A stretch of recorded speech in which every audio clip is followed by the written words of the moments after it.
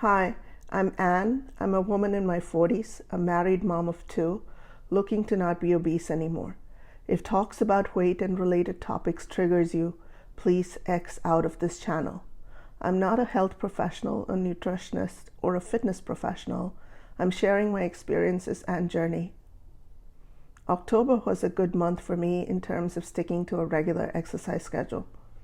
The goal for me is to move more frequently and consistently. In October, I did better than the rest of the year. In the start of November, I got sick, and I'm still a bit congested. It had something to do with sitting in a cold office and not having heat in my space, or I not knowing that I had access to a knob to adjust the heat to my desired temperature. And the next day, I was congested and having a runny nose.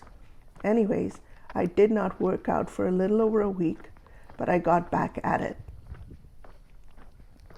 Ideally, I would like to be walking for an hour daily, even when I have my Orange Theory classes, which I take twice a week or 8 classes a month.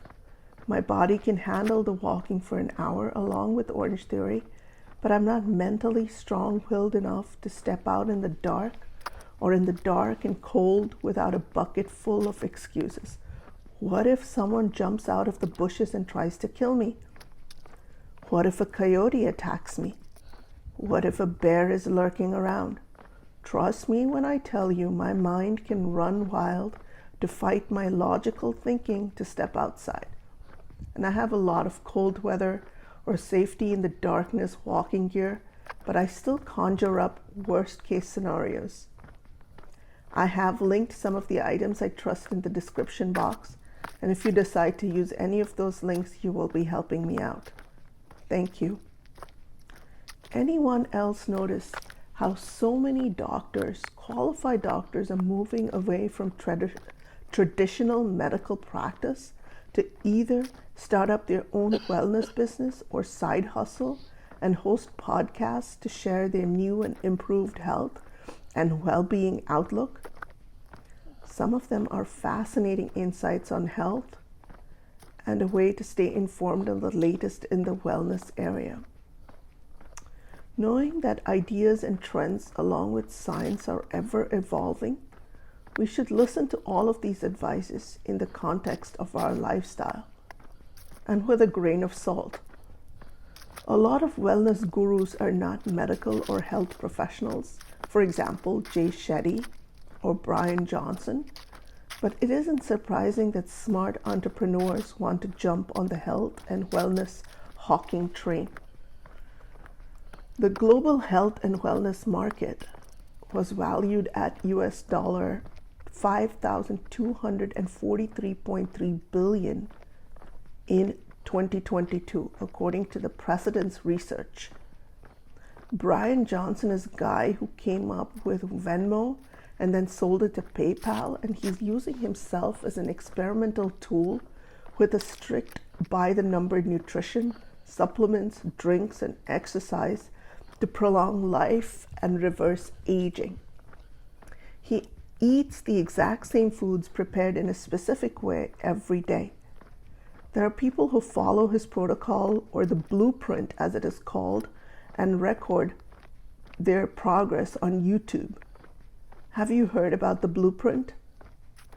At face value, he seems eccentric and kooky, but I admire his commitment to the process, a process only he and a handful of others could afford, with regular medical procedures, blood tests, fitness assessments, and so on.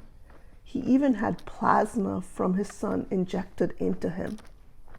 I know, yeah.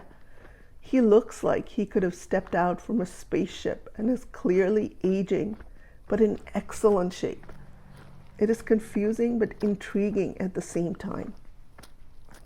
And then there's Jay Shetty, who in my opinion is a knower of nothing, but asks questions and proceeds to add sweet nothings to the conversation with his supposed expert guests and portrays himself as a wellness aura enveloped, some sort of expert of health-related stuff, self-improvement stuff, relationship stuff, but I'm not quite sure what he's an expert in.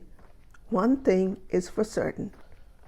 He's selling something and building that wellness empire. The selling aspect stands out. Very un-monk-like, in my opinion. You know if you know.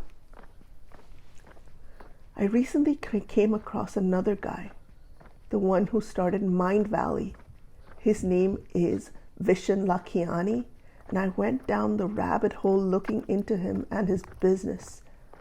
Talking about selling nothing but selling big and making it, this guy exemplifies selling pipe dreams and a higher state of being and manifesting. The market is rife with sellers targeting the rich and vulnerable clientele. Something tells me that the homeless guy with the sign asking for food or money, standing at the side of the intersection, is not a Mind Valley client. Ever since I watched some of his videos, his ads are always popping up on the videos I watch. He has this quality about him. It is not easy to explain, but he comes across as an arrogant know-it-all. He could be a complete marshmallow or gummy bear, just sweet and squishy, but I get the inkling that he's not.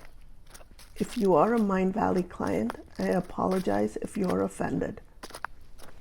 Then there are the qualified health professionals but marketers, all the same, like Dr. Peter Attia. I enjoy listening to him, his take on health and longevity. He has specifics on the type of exercises to do to improve VO2 max, functionality, and strength. Even listening to him over the course of some years, you'll hear how he has changed his outlook on nutrition or the type of nutrition that is best, because nobody really knows if there is one ideal type of nutrition to prolong life or improve the quality of life. He is also of late, I noticed, particular about defining what he means by the term longevity. And I appreciate that clarification because ultimately, whether you're a science is my God person or God is my God person, you have to agree that the length of your life is not in your control. I think most people agree that less calories ingested, less processed foods ingested, and more activity is a good place to start to improve, perhaps, the quality of your life. If you made it this far, thank you for listening to me ramble on. Until next time, be well. Bye.